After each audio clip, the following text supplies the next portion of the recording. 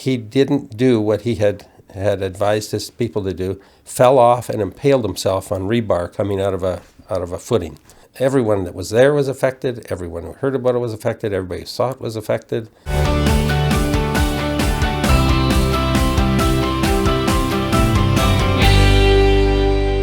Welcome to the show. Well, thanks. Glad to be here. Yeah, happy to have you. I find with safety professionals, it really is unique the way that everyone gets into safety. There is no one story or one journey.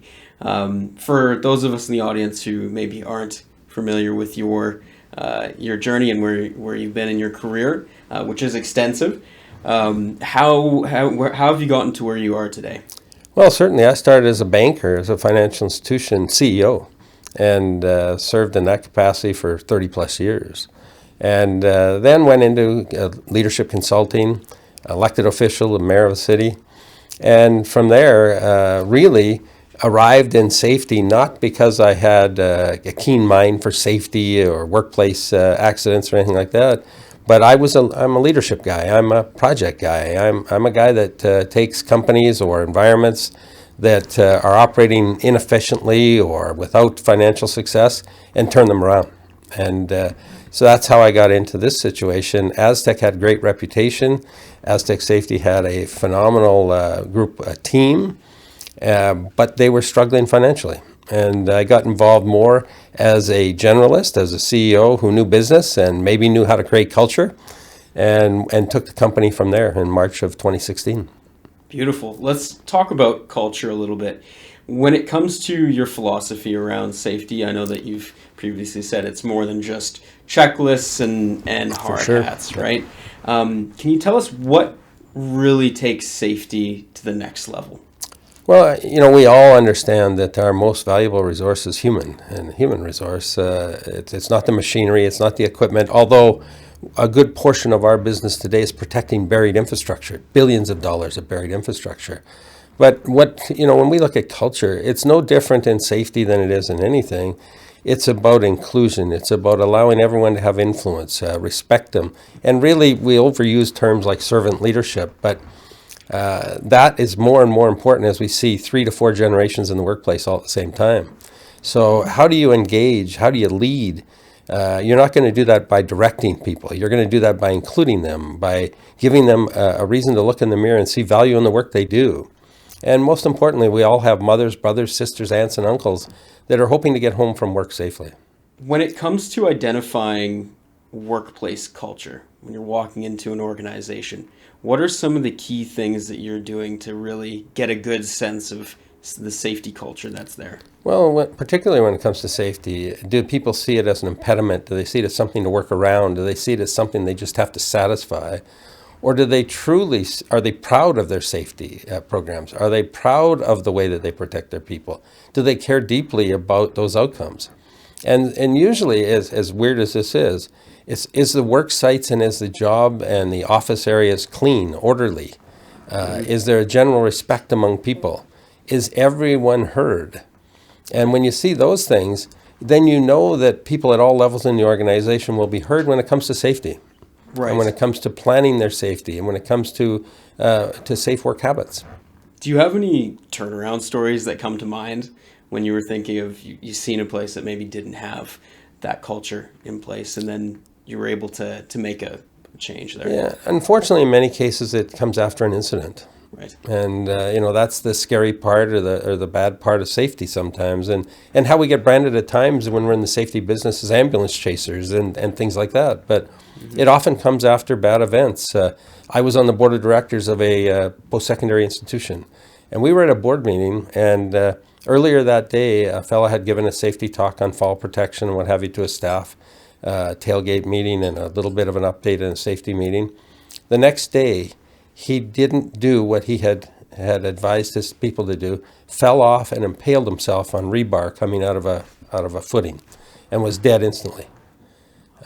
In those situations, everyone is affected. Everyone that was there was affected. Everyone who heard about it was affected. Everybody who saw it was affected.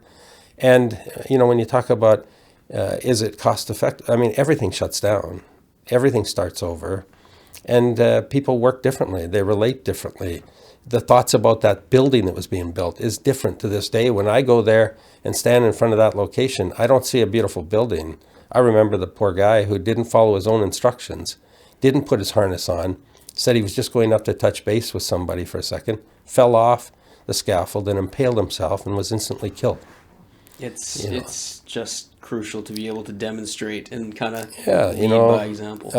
We had an incident in the Lloydminster area where a father who was diligently repairing the water well environment where they had their water for their farm. He thought the little shed for it should be cleaned up a bit and the siding repaired and what have you. And he went ahead and did that, and it looked marvelous. What he didn't realize is that when he did that, he had just changed it to a confined space that now had low oxygen. And his young boys, his two young boys, used to use that water well shed for hide and seek. And so he thought he made it a lot better. But without the knowledge, without understanding, without testing, without doing the testing, the boys went to their favorite hideout spot. The one boy went to his favorite hideout spot for hide and seek and died there.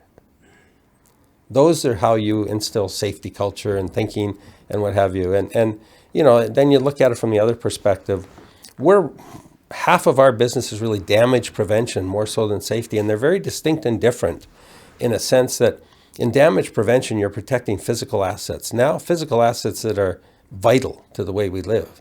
We had a fiber-optic cut in Bassano. It's 200 kilometers away from where I live. And we couldn't do POS, we couldn't get information and medical records at the hospital, and the courthouse couldn't function. That's the impacts today of both damage prevention and safety. They're two different disciplines, but they are intertwined.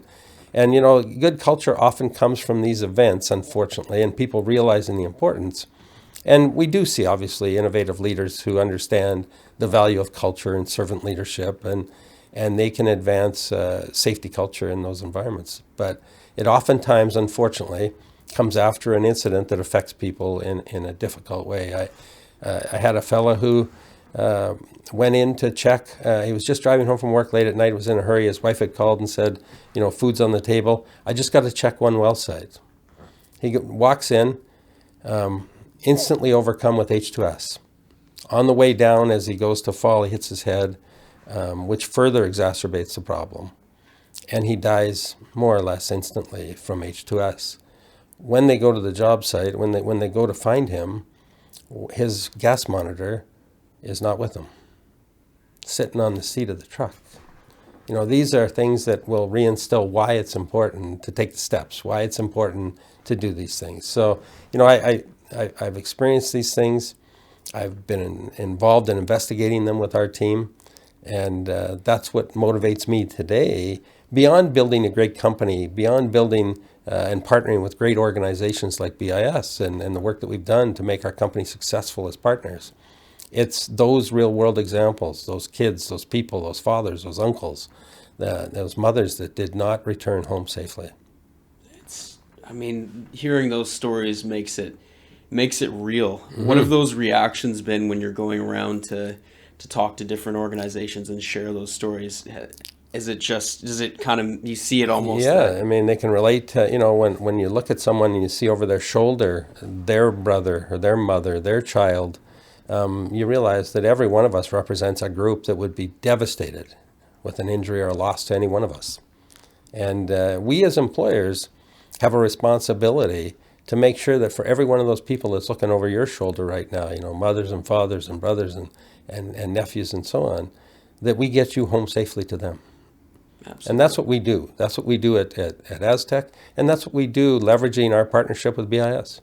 Absolutely. When it comes to learning and changing the way that, I guess, instruction goes around safety, what are some of the innovative approaches that you guys have taken over at Astec? Because I know there's a lot of things that you're doing to really make sure that next day learning sticks. Well, we have so many, it's not like post-secondary. It's not like that we have a group of grade 11 students all at the same level.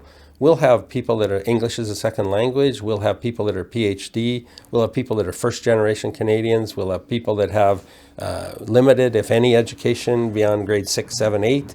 And we'll have people that are 18 taking courses for the first time, and people that are my age that have taken them 10 or 15 times. And so it's really interesting. How are you going to connect and actually transfer knowledge in that setting to that range of students or workers? So we have taken several approaches about how are we going to do this, because overriding all of this is cost, return on investment. Business leaders today are being asked to do a lot more with a lot less and in a lot shorter time frame. So we always believe that if we can get that knowledge transfer, we can certify that through an examination, and we can do that effectively in an online environment, in a blended environment, which we think is going to be the predominant way of learning, where we will complement the online, the theory work with some practical training. And more and more, we're seeing the ability with where technology is going to even introduce the practical training components in a remote or in an online environment. So we're getting pretty good at that. And we think that the future is about blended training and competency assessments, which are completely different. Because when we talk about training, that's just the knowledge transfer component, be it both practical or theory. But when it comes to deeming somebody competent with the equipment, in the environment, in the setting they're going to be in, that's another piece of the puzzle that I think both Aztec and BIS can play an integral role in the future, and we're being called to do it. Absolutely. Somebody has to step into that space. I was seeing recently you got your ground disturbance 101. It was one of the first to go online with ground disturbance 101. Can you speak a little bit more about the importance of, I guess, certification and getting those programs? Well, ground disturbance is one of our core businesses. When I was a banker, a CEO of a financial institution, I did not think that, a few years down the road, I would be regarded as one of the leaders in damage prevention in the country, if not North America. As recently as just 2 days ago, we won Member of the Year at Utility Safety Partners, which is the merged company of Alberta One Call and ABCGA. And so Aztec, through its efforts in ground disturbance training and locating training, and the work that we've done, I've been the chair of the Training Standards Committee since 2018. Hard to believe that an old banker would be a Training Standards Committee chair for an organization of that size. But that's what I am today, and that's what I've become. But Ground Disturbance 201 and the Ground Disturbance 101 programs are at the corner of damage prevention.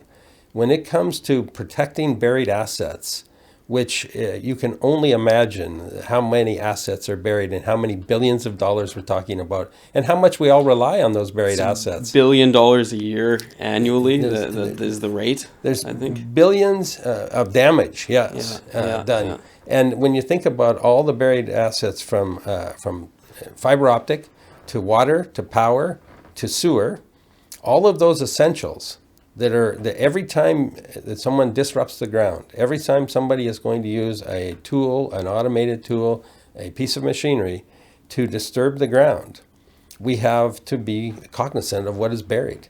And increasingly, there's more of those critical, mission-critical assets that are buried. So it was important that you just not have people purporting to have ground disturbance training. They needed to have endorsed ground disturbance training that the people that own these billions of dollars of infrastructure know that the person coming onto that site has that base level of training. And they know that it was endorsed training, so they can count on it. It's not, Pete's training company wrote a course that they plagiarized off the internet and didn't have anybody qualified to teach it, so I've got a certificate in that. That does not give TELUS or ATCO, Fortis, Enbridge much confidence. But today, endorsed ground disturbance training from USP, which we have our products certified to, both our online and classroom and instructor-led, those training programs, they can count on those infrastructure owners, those utility operators, those contractors, those excavators. When they see somebody who holds that certification, they know what level of knowledge transfer they have successfully attained. And so for us to go through the rigors of the 3-stage audit, in both the Ground Disturbance 101 and 201 environments, now 201 Alberta, 201 BC, 201 Manitoba, and the 101, which is a national product, together with the locating program, which is the prerequisite for anybody who's going to take the alternate locate program option at Utility Safety Partners. So, yeah, it's a rigorous process. We certainly went down this path knowing that if we were successful, we would be one of the front runners, one of the 4 leaders in this, and we are today. If one goes to Utility Safety Partners website, we are one of the leaders in this industry and one of the largest providers of damage prevention training in the country. How long does it actually, I'm curious, how long does it take to get certified? Well, from concept to building the storyboard to final audit, the 3rd stage audit, is oftentimes 6 months to 8 months, but it's oftentimes in numbers that we're talking about $150,000 to create a 4-hour course, 5-hour course online. So it's a lot of work, a lot of time, and you add to that a lot of my people's costs of our staff and our team and experts. And it's no small task, but today, we have several thousand people per month that seek that training out and take that with us. So for the tools and the future of learning, Yeah. I know you mentioned blended classrooms. Are there any other tools or programs that you see being integral to the next, let's say, 5 years of training? Yeah, there's no doubt that we've dabbled with virtual reality and augmented reality in our training. The difficulty is, how do you commercialize that? How do you monetize that? If you're a union shop and you have thousands of people coming through to take that kind of training, and you're only coming 1 or 2 at a time, it makes a lot of sense. But when you're teaching classrooms of 16 to 20 people, do you create a bunch of passive headsets for these people? How do you do it so that it's effective for them? So we have found that the virtual reality has its place and augmented reality has its place, but we still believe that the pure online, building it out with more simulations, more things that you can do right from the computer rather than a virtual environment, but actually exercises, simulations that you can conduct on your computer as you interface, is probably where we're going to land. And we see that as better. Examples, drag and drop, simulations that you can run. And I really believe that where we'll see is it'll be those situations where it's right, wrong. Okay, then you go back and you go right, and you get further down a process. I think that's the way we're going to build a lot of our safety training, rather than count on the evolution of virtual reality and augmented reality as much. We just see it as, that's good if you have 1 or 2 people at a time, but having 16, 20, or 40 at a time, it's not the answer. And taking it on your own time, in your own shop. If you have to have a device that's developed that would be an elevated work platform, man lift environment, well, that's a pretty expensive device that people aren't going to have at home. So if you just start using joysticks and things like that, we're not sure that that's the best way to go. But the use of drones, for sure, is going to be a big part of how we're going to do a lot of our competency validation. A lot of our practical training is going to be used with drones and things like that. We expect to have a full fleet of drones in play in our operation. So break that down a little bit more for me. The drones, how does that actually get implemented in the training? So if we've done the training, if you've taken the practical training, we could probably, if you're assembling 5 or 6 people to do forklift practicals and or competency, we could do that with drones. Wow. And we could capture that. We could then review that content, and we could certify you both either as in a competent environment or as practically trained. And we see a lot of that. We see a lot of potential in the use of drones. We see a lot of potential in the use of being able to do these. People think, well, when you got to do the practical or the competency, you've got to be there as the instructor. You've got to be there as the competent supervisor. I'm suggesting that you don't have to be, that you just have to be able to have the right environment to observe what you need to observe and convey the information that needs to be conveyed. Undoubtedly. Are you seeing that these different tools are leading to, I guess, better retention rates for knowledge when it comes to bringing this in the next day? Yeah. We talked about people forgetting the training. They go through it, they maybe forget about it, or they don't apply it the next day. Do these blended tools end up increasing that, I guess, knowledge retention? Yeah, a good percentage of learners in the trades and in those work site settings need to have some hands-on. And we need to figure out the way that we can give them the hands-on without tying up costly equipment, without tying it up for extended period of time, and giving them ability to, for us to be able to coach them and train them on that stuff as cost effectively as possible. And we think, everything's going to come back to dollars and cents, whether we like it in the safety business or not. People are still going to talk about the return on investment. And it's hard to document that and hard to show that unless we can consistently show how we're making improvements in that area. In terms of gaps in safety in the workplace that you're seeing, what are the most common when you're going to different workplaces? What is something that you're seeing that really sticks out to you, and this isn't just a one-off thing, this is something that you see in commonality? Inconsistency,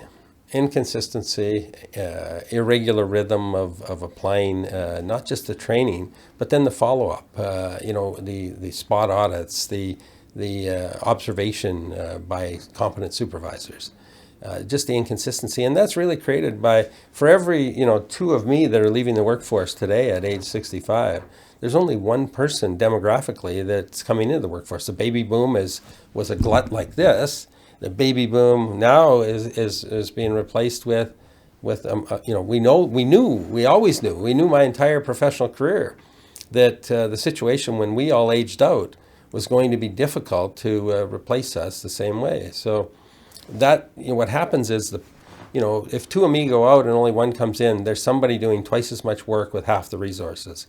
So you'll see situations where competency validation or safety training is over here in a basket, but this person also has to do the financial reports, HR, and a number of other things today that the safety person didn't have to do yesterday. And now it's sitting in a basket. They know they're not compliant because they're not getting this work done, and the workplace is getting not as safe. And then all of a sudden, they get an OH&S visit, or they're non-compliant, or they know they're not compliant with their own safety policy, and bam, then they go hard. But it's that inconsistency, it's that lack of regular rhythm that allows safety culture to dissipate. So what I'm hearing is it's oftentimes an after effect, or once there's an incident, that's where we're reminded, and then things go up for a little bit, and then they drop off, almost like a New Year's resolution in a way. and unfortunately, when you've got a review of your safety plan, when it's a renewal of your core, there's nothing worse when it comes to something like strategic planning. When I would host strategic planning sessions, and people would just start checking a month before the strategic planning session as to how are we doing against the plan. Well, the same thing happens, maybe worse in safety. How are we doing against the safety plan objectives? Well, that should be that should be part of your DNA. That shouldn't be, we're close to a review, therefore we better open this up and see how we're doing. That's not how you create safety culture. You create safety culture because you want it to be part of your DNA. You want it to be the way you are, the way you live, the way you care. So how do we better integrate safety programs or safety checklists with these other things that you're carrying, and maybe things that we don't traditionally think of as when we think of safety that first come to mind? How do we better get the checklists on board with the fundamentals and the values, I guess? Well, we have to build these inclusive workplaces for sure, where everybody can be right, and where there's not top-down orders coming, and where we're not driven by artificial deadlines and things like that. We need to make sure that we consider the process by which we get work done, and ensure that is seen as valuable. That when we come together to talk about how are we going to do this work, part of it is how are we going to do this work safely. Not just how are we going to get to the deadline, how are we going to make this much money. It's about how are we going to do this safely. Because at the end of the day, the way that you get safety back to the top, back to the C-suite, if you will, is you understand that damages and injuries, they hurt reputation. They hurt corporate reputation severely. If you have a death on a site, if you have a penchant for having incidents and OH&S, and you have creative sentencing because you didn't comply, and you're charged with falling short, that is not good for your reputation. It's not good for your corporate brand, and it probably will kill your business. So I think if we can make people understand and get them to talk about what would the effect be on your corporate reputation if you had this kind of an incident, then we can get it back to the C-suite and get it prioritized right along with the other things that are equally as important. So almost work backwards from the potential event Yep. and figure out how we can get into a preventative mindset. Is that When I talk to people like myself who are very proud of the businesses we have, at some point in the conversation we talk about what the business is worth. That business is worth X number of $1 million. Your reputation contributes to that, and your reputation comes from that. So what can damage your reputation beyond not providing the services that you say you provide? It's a safety incident. It's non-compliance. It's people being worried about whether they can trust your safety environment. And heaven forbid that because of your lack of safety or your lack of process attention, that you actually hurt somebody who's not associated with your company, that you hurt somebody at a neighboring property, you hurt somebody down, that guy's laying on the operating table, they can't get his medical records and dies during open heart surgery because you cut a fiber optic line. Those things would destroy your corporate reputation. They would cost you millions of dollars. When we can have those conversations with CEOs who say, yeah, go tell them, they need to understand that. And I go back into the CEO's office and say, no, you're like me. We own these companies. We have a lot invested in these companies. How proud are you of what your company, and they're very proud. We all are very proud of our companies. But what would be the price of an accident, the price of digging up a pipeline? Can you imagine the national broadcasting coverage with your truck sitting there if you damage a pipeline because you didn't follow safety protocols and ground disturbance? Oh yeah, I can picture it. And that's it for your company. Your stock price goes down. People don't want to work for you. People don't want to contract you. Your tender documents are sent back to you. So that's how we get safety back to the top shelf. How do we better involve the more senior leadership in safety? Because it can very much feel at times like this is a job for the safety manager and nobody else, right? They get to run around and yell at everyone to get on board. How do we make this a whole company thing? Well, one of the initiatives I'm really excited about when we talk about legacy and what have you, I really, from day one when I got in the safety business, I saw a gap. And that gap was that while safety people, the CSRPs and NCSOs and what have you, have designation, and in my old banking life, we had certified financial planners, insurance people, mutual fund rep, all licensed, recognized, people with accounting degrees, and I come from an accounting background, all have these designations. College of Physicians and Surgeons, have different recognition and certifications that are provided, nurses, you name it, teachers. But in the damage prevention business, where we're protecting billions of dollars of buried assets and people have dedicated their careers to it, I would meet with these people when I first got into the industry, and you couldn't discern somebody who had very little qualifications with somebody who had a lot of qualifications. You couldn't determine if somebody was professionally dedicated to ongoing development or not. Yeah, and other than their job description or something, but in reality, you didn't know what you were counting on or could count on, and they emotionally were they were kind of orphaned. They didn't have any of these designations.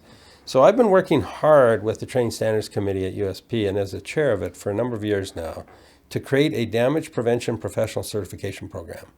And we're going to launch it in the next 18 months.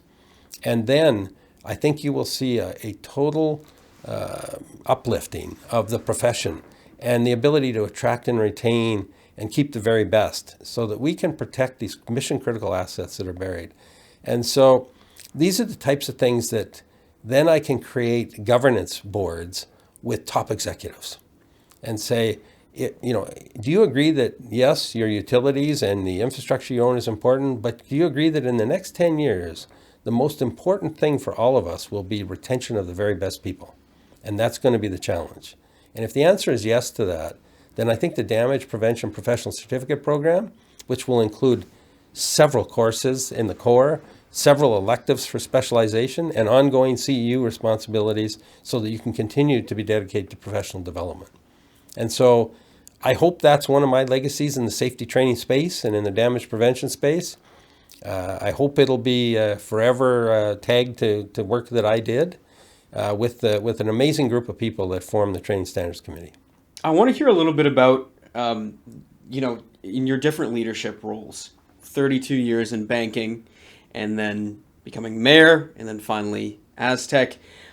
What were the biggest leadership adjustments that you had to make moving between all of those different careers? Well, there were some that were really obvious, and it was just the makeup and composition of the workforce. In banking, you are probably 75% female, aged 18 to 40 years old. A lot of the team members, and they're motivated in a certain way. They have certain workplace limitations and advantages. And then you head into workplaces like the mayor job, where you have a lot of public works, a lot of outside workers, a lot of male-dominated workspace when it comes to the outside work and the work that's done in municipalities and things like water treatment and those areas. And then you get into the safety business, where we not just do training, but we also provide equipment in terms of respiratory equipment and in terms of fall protection gear. We provide breathing air. And we started back in the day, long before my time, as a fire extinguisher company, so fire extinguisher service. So now you've got technicians, you've got mobile services, you've got vehicles and fleets and shop and more OH&S requirements to worry about and things like that.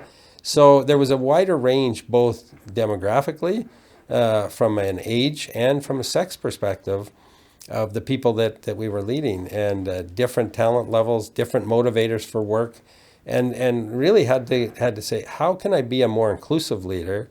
How can I listen better? How can I relearn what's important to these people in order to be able to create the best workplace possible? And so I think every time I've changed positions or led different companies, it's about listening to the people who know more than you know. It's about really hearing their concerns. And most of the time, they have solutions that just haven't been heard. And so it was really stopping to listen and say, how can we be great? I know you're invested. What people give to our companies, and you give to yours and I give to mine, is time, the most valuable commodity in the world. These people are coming in every day and spending more time in a day trying to make my company and my customers and their peers good. And so what do we have to do as a leader? And every time it brings me back to, at our core, it's not about the tools we use. It's not about the size of the building. It's not about the product. It's about the people. Absolutely. And so what I had to learn and what I've had to relearn and constantly remind myself is the absolute high value of everybody that works alongside you. But more importantly, how can you come alongside them and really get them to see why what is strategically important is very valuable in the tasks that they're completing. And I think that's, for me, when I see the light go on, when somebody's looking at themselves in the mirror and they see high value in what they do, and that they understand how they're making a difference. They understand how their job, no matter what it might be in the order of magnitude, is critically important to us achieving the overall goal. When it comes to listening, you bring up the importance of good listening, and this is something that I myself am really trying to learn, and it's definitely, there's more to it than than you think, right? For safety initiatives and bringing safety to the work site, how important is or are good listening skills? Really important. You know, we find ourselves being applauded and recognized, and you know, the more you think you know as a CEO or as a leader, the more you can fall into the trap of, well, I know this, I've seen this, I've been there, I can just tell my way through this. But the reality is that the people who have their hands on the work, the people who are affected every day, the people who understand weather changes, the people that understand equipment changes, the people that are dealing with these situations, they have the most valuable and the richest input that can be provided to managers, supervisors, foremen on how to most effectively execute the work in a safe way.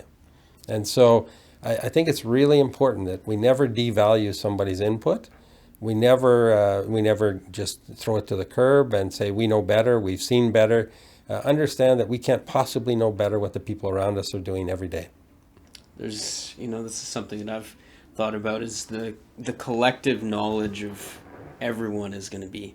You could have thousands of years of experience on your team that you might not be leveraging in a way. It's easy to fall into the trap of time-driven deadlines. It's easy to say, I've seen this 1,000 times, therefore I know it. It's easy to take a dictatorial approach. It's efficient, it's clean, it's quick, gets you in and out, but it is not the best way in safety. The best way in safety is everybody has to know that their contribution, their comment, their concern is going to be highly valued and heard.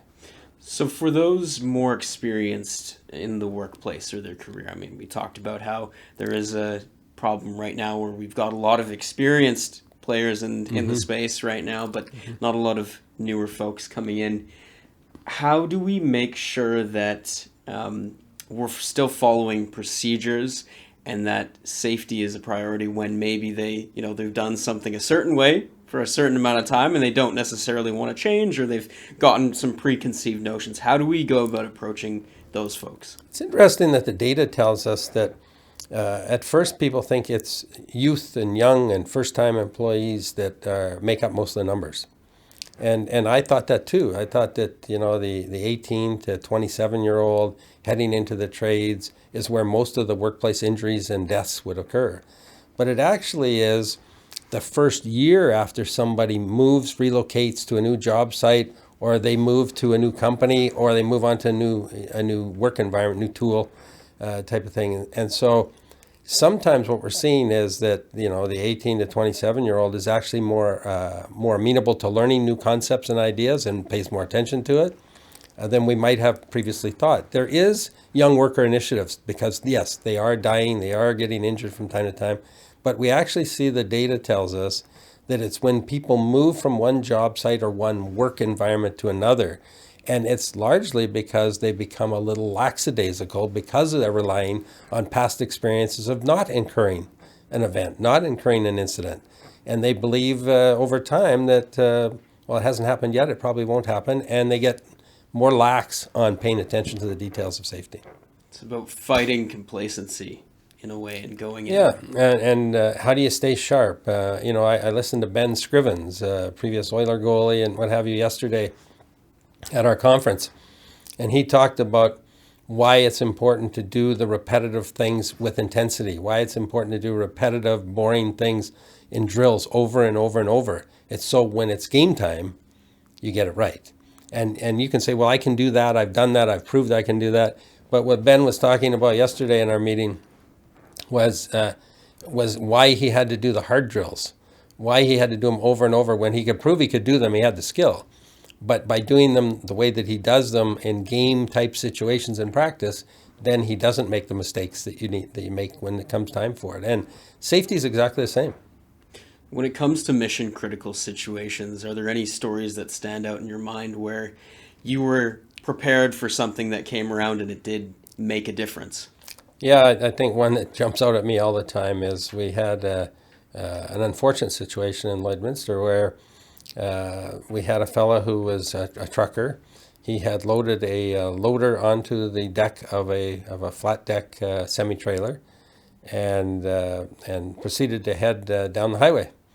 And when he arrived in just on the east side of Lloydminster, leaving the east side of Lloydminster, the loader and the load was higher than the bridge for the CP rail deck, and he hit it.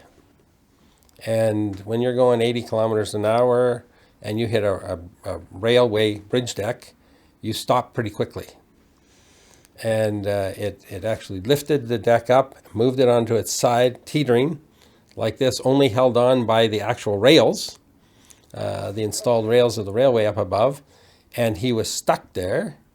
His truck was stuck under there, and the deck came down about this far behind the cab of the truck, between the cab and the trailer.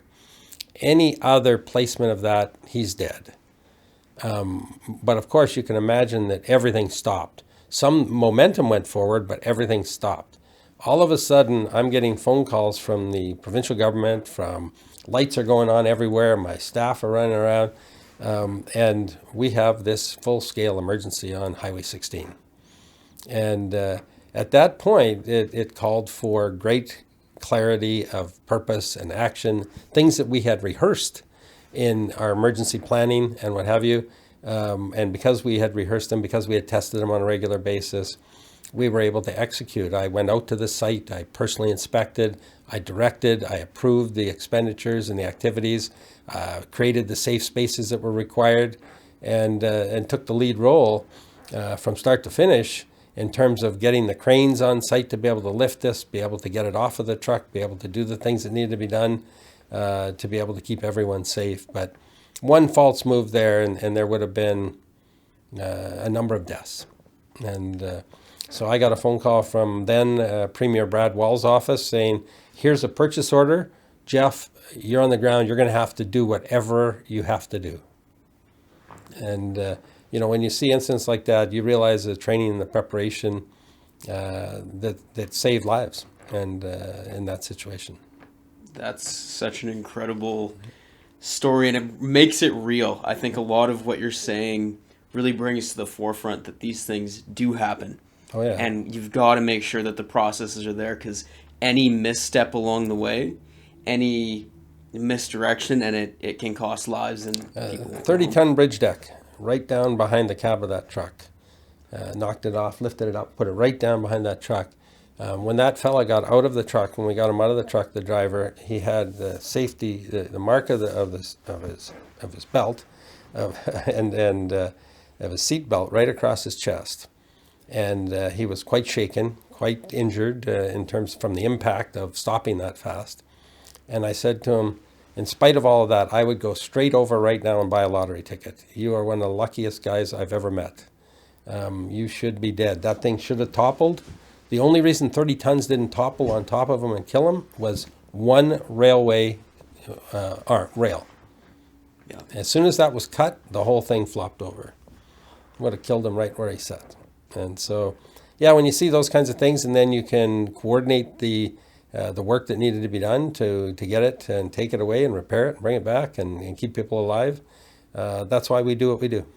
So for the audience and those of us who are listening that are in positions where they're responsible for putting these plans in place, what key takeaways do you have when it comes to implementing those plans from this incident or others that can really make for an effective safety plan? Make sure they're realistic. Make sure you've tested them. Make sure that on a regular rhythm, probably once every 6 months, you do some dry run testing of your most important emergency procedures and safety procedures. Reason being, legislation changes, the equipment you're using changes, the resources, the human resource you're using changes. And, I used to do this in banking, where we had all of our procedures for if our systems failed, how do we bring them all back? And I learned through that process that if you didn't do it every 6 months and test it, that software changed, applications changed, devices you ran on changed. Well, the same is true in our emergency response plans and our safety plans. You can write them up today, but it's a point in time. The important thing is make sure that it's enduring, make sure that you're doing testing on it, you're reviewing it, you bring a group of people together to do a tabletop exercise and test it. And make sure that when you have to put these things into place, that it is part of your DNA, it is second nature, because we can train ourselves so that the human mind believes that we've actually been in these environments, we've actually been in this situation, through visualization, through simulations, through training. We can believe that, we can train our minds so that it is comfortable in uncomfortable situations. And putting yourself in that seat beforehand. Absolutely. And that really applies to any place. Safety. Sports. Business leadership, making speeches, whatever it might be. If you can visualize, and your mind doesn't know that it's visualization. It doesn't know it's a simulation.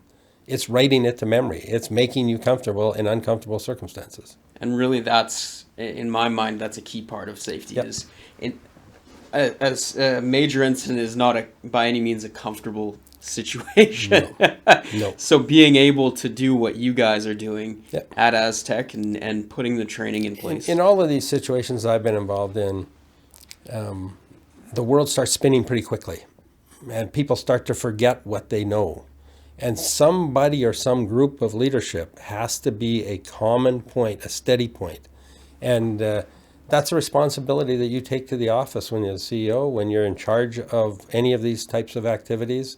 It's your responsibility to not get caught in the spinning and to stay as that steady point of reference and that steady point of vision. This was fantastic, Jeff. We'll have to have you back on. Thank you You for your bet. time. Thank you.